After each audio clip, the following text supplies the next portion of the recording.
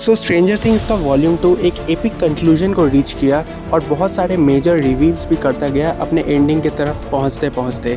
आज हम इस वीडियो में उसी एंडिंग को एक्सप्लेन करने की पूरी कोशिश करेंगे, लेकिन उसको शुरू करने से पहले एक मेजर वार्निंग कि इस वीडियो में स्पॉयलर्स हैं। तो अगर आपने स्ट्रेंजर थिंग्स का वॉल्यूम 2 नहीं देखा है अभी तक, तो पहले आप वो देखो और उसके बाद वीडियो पे आना।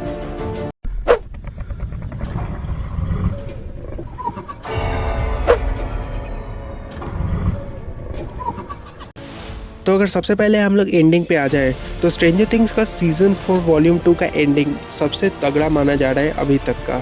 इसका रीज़न बहुत ही सिंपल है, जो इसका विलन है उसको एक प्रॉपर सेटअप मिला है इस सीज़न के अंदर, जिससे कि हमारा सीज़न 5 को लेके एक्सपेक्टेशंस बहुत ही ज़्यादा हाई हो जाता है। इवेंचुअली हमें पता चलता है कि जो वेक्ना है, जो कि इस सीज़न का सबसे मेजर विलेन था, वो डॉक्टर ब्रेनर का नंबर 1 होता है, जो कि शुरू के दिनों में 11 के साथ ही ट्रेनिंग ले रहा होता है। और तो और इसी सीज़न में हमें ये बात पता चलती है कि वेक्ना कोई नया कैरेक्टर नहीं है, वो तो हॉकिंस में हमेशा से एग्जिस्ट करता था और वो हमेशा से ही 11 के पावर्स का ही यूज़ करके जब भी किसी बच्चे को मारता, तब एक छोटा सा गेट ओपन हो जाता between the upside world and the upper world, और उसी गेट का यूज़ करके वो कनेक्शन को एस्टैब्लिश करने का कोशिश कर रहा था ताकि वो अपने बड़े प्लान को एग्जीक्यूट कर सके।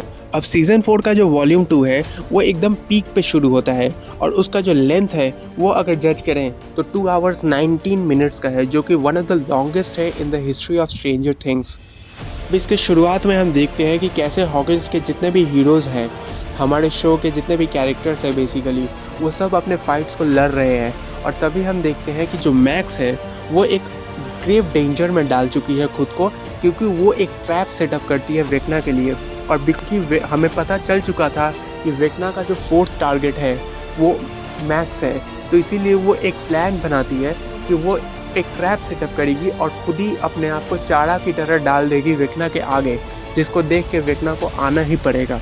अब ये एक ऐसा प्लान था जो कि कोई भी टर्न ले सकता था इन केस अगर मैन अपना साइकिक पावर्स का यूज़ ना करती। तो 11 वेक्ना को एक साइकिक डुएल में बुलाती है और उसको वहाँ पे एंगेज करके रखती है, जिससे कि मैक्स को कुछ टाइम मिल जाता है। और मीनवाइल हम रशिया में देखते हैं कि हॉपर और जॉयस, जो कि अब प्रिजन से एस्केप कर चुके हैं, अपने फैमिली मेम्बर्स को थोड़ा टाइम बचा के देने के लिए और हाइव माइंड से मजबूती के साथ लड़ रहे होते हैं। एक मेजर रिवील जो हमें सीज़न 4 में देखने को मिला वो है कि वेक्ना ने ही माइंड फ्लेयर को बनाया था। वेक्ना के फ्लैशबैक से हमें ये तो पता चल ही जाता है कि अपसाइड डाउन कोई डेड बॉडीज़ का खदान नहीं है, बल्कि वो एक ऐसा डिमेंशन है जिसके बारे में ह्यूमंस को कोई खबर ही नहीं है। शुरू में खुद हेनरी को भी समझ नहीं आता अपसाइड डाउन, पर धीरे धीरे उसने आसमान में फैले मिस्टीरियस क्लाउड्स के पार्टिकल के हेल्प से माइंड फ्लेयर को बनाया। यही पार्टिकल्स हाइव माइंड को भी बनाती हैं, जैसा कि हमने रशियन बेस में था। ये एक मेजर रिवील है, पर सीज़न 2 में अगर ये दिखा तो ज़्यादा बेटर होता, क्योंकि तभी हमने एक्सप्लोर किया था कि माइंड फ्लेयर को एक्सट्रीम हीट से हटाया जा सकता है। हालांकि ये बात ताज्जुब की है कि वेक्ना खुद के नेचर से अनजान है। हर एक विलन को कोई ना कोई कमी दिखती है ह्यूमैनिटी के साथ, जिसे वो अपने मुताबिक करना चाहता है। थैनोस को पॉपुलेशन से थी और वेक्ना को इस बात से है कि लोगों ने एक स्ट्रक्चर इम्पोज कर रखा है फिजिकल वर्ल्ड के अंदर। हालांकि खुद भी वही करता है जब वो अपसाइड डाउन में एंट्री लेता है। वो खुद का और भी स्ट्रिक्ट स्ट्रक्चर बनाता है हाइव माइंड को अपने अंदर जोड़ के। लेकिन ये बात हमें अभी समझ आ जानी चाहिए अभी तक कि हर एक विलेन के साथ कुछ ना कुछ हिपोक्रेसी तो ज़रूर जुड़ी होती है। अब अगले मेजर रिवील पे आए तो हमें सीज़न के एंड होते होते ये पता चलता है कि वेक्ना अभी भी ज़िंदा है।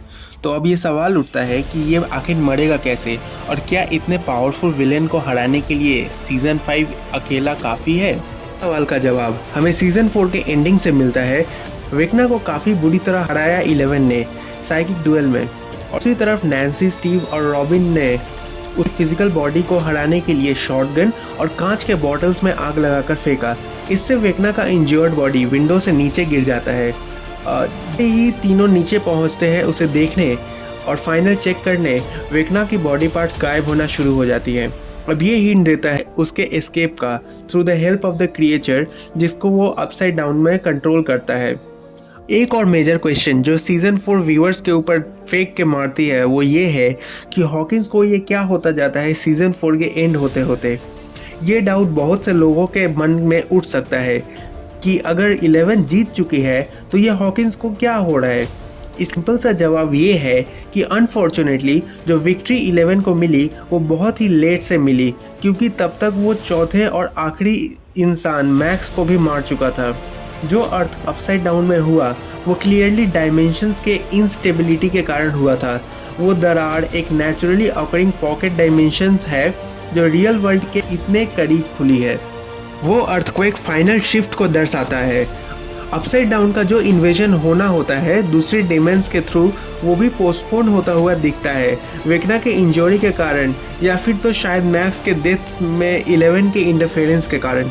लेकिन फिर भी 2-3 दिन बाद हमें देखने को मिलता है कि धरती से एशेस निकल रही होती है।